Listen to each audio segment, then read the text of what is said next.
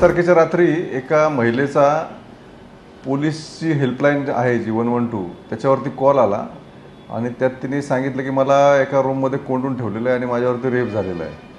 मग पोलिसांनी जाऊन तिला रेस्क्यू केलं। तर त्यानंतर पोलिसांनी तिची फिर्याद नोंदवली।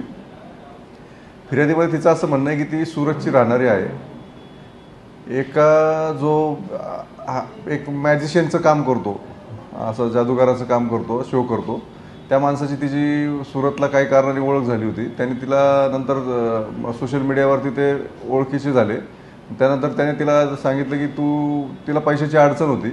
त्यांनी तिला सांगितलं की तू इकडे आहेस, तुला मी मॉडेलिंगची असाइनमेंट मिळवून देतो असं म्हणून त्यांनी तिला एक 2-3 दिवसापूर्वी सुरतवरून इकडे बोलवलं आणि नंतर मग असाइनमेंट देतो असं तिचं आश्वासन देत एक दिवशी त्याने दारू पिऊन तिच्यावरती रेप केला आणि तिला कोंडून ठेवलं, म्हणजे कपडे लपून ठेवले।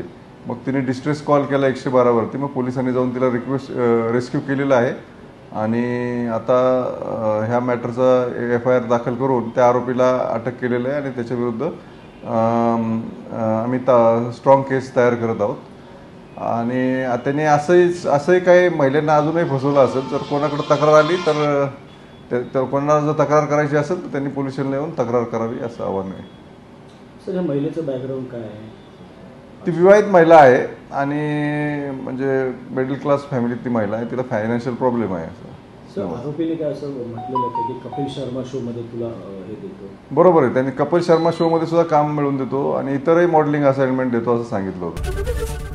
ABP माझा, उघडा डोळे बघा नीट।